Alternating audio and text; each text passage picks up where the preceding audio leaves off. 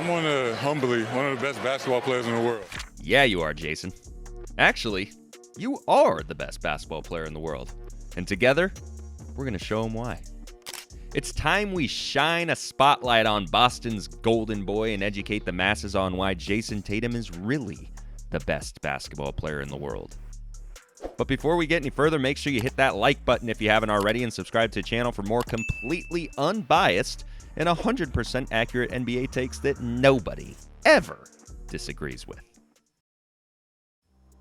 Now let's get down to business. The meat and potatoes, if you will. Let's start with the blatantly obvious.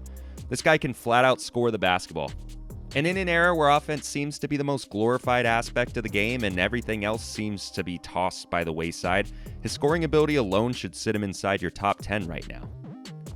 He's a player you have to pick up once he crosses the half-court line because he's a long ball threat, but don't get too close because he'll blow by you with his strength and speed to get to his spot for a mid-range pull-up, which is impossible to guard, might I add, or straight to the cup for an easy finish.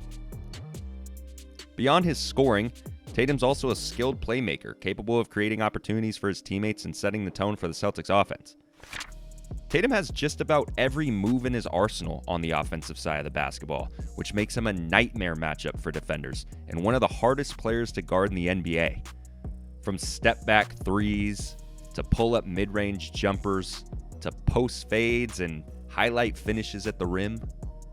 What makes Jayson Tatum even more terrifying is, even if he's going through a shooting slump during a game, he doesn't allow that to affect him.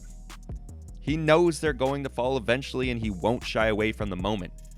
This separates good players from great players. Something LeBron's been knocked for throughout his entire career is that he's scared of the moment and passes up shots in the clutch, which, in my opinion, is bullshit, but that's besides the point. Tatum isn't scared of the moment. In fact, he embraces the opportunity to hit big shots in close games. Tatum's the leader in the number one option on the best team in the NBA. We don't have to argue this one. The standings don't lie. He's leading the charge on a championship contending team. Isn't this the most important thing to you hoopaholics? Winning? I don't want to hear anything about his teammates that surround him either. Jordan was considered the best in his era when he was getting backpacked by the best all-around player in the NBA at the time in Scottie Pippen, and a certified psychopath in Dennis Rodman doing all the dirty work so he could shine. But here's the difference between Tatum and Jordan. JT has the ability to make the players around him better, and to sustain success in the NBA, this is a must if you want to remain at the top of the league. And Jayson Tatum's ensured that the Celtics have been right there for several consecutive years.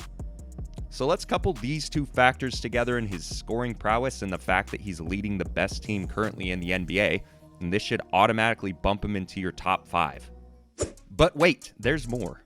Some of you forget that there's two sides of the basketball, and this is where he creates a significant gap from him and his competition. Standing at 6 foot 8 inches tall with a 6'11 wingspan, this makes Jayson Tatum a nightmare matchup for the guy he's lining up across on any given night.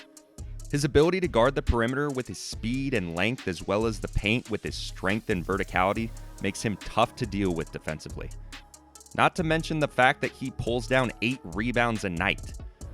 If you want to be in the discussion for the best player in the world, shouldn't you be able to hold your own on both sides of the basketball?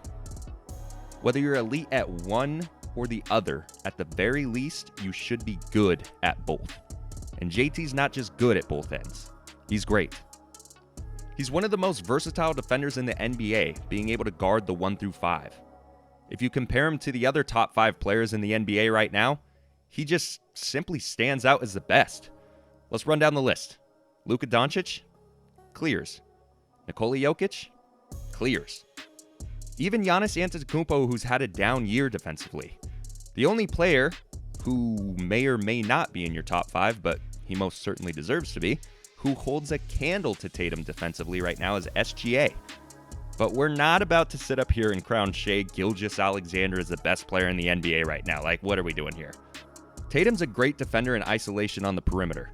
Even when matched up against smaller, faster guards, he manages to keep them in front of him, making it nearly impossible to penetrate the interior. Off the ball, you can find him jumping passing lanes for steals, leading to easy buckets for his squad. On the interior, he's capable of holding his own. Whether he's sliding over in help to send a floater into the 10th row or preventing a big man from scoring under the basket.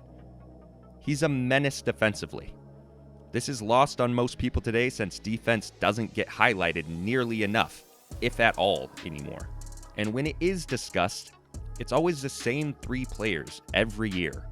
Giannis, Rudy, Bam, blah, blah, blah. This is why the Celtics are as good as they are, because their star player is great on both ends of the floor. Now, to consistency and longevity. Since Tatum's entered the league in 2017, he's done his part in stamping the Celtics as one of the best teams in the NBA year over year, making it to the Eastern Conference Finals 4 times in 6 years and the Finals once. Say what you want about falling short, but that's a spectacular feat. This is also the narrative that holds him back in these conversations because he hasn't crossed the finish line yet. Basketball fans and media hesitate to crown him as the best in the world, and for what? Because they haven't seen the young superstar win an NBA Finals yet? Give me a break. All superstars that have held the title as the best in the NBA have fallen short in their careers, most of them being later in their established careers. So for him to have made it that far in the playoffs, that many times, this early in his career is impressive and a precursor to what we can expect for years to come. Jayson Tatum does it all. He's shown that he can impact the game on both sides of the floor at an elite level. He's proven that he can lead a team in the NBA consistently for consecutive years at such a young age. The only thing missing from his resume right now is that NBA Finals. But that's not necessary for me to dub him as the best player today. So my question to you is, what more do you need to see outside of a title to recognize greatness? Thanks for watching. If you want to see more content like this, be sure to like the video, subscribe to the channel, and let us know your thoughts in the comments below. We out.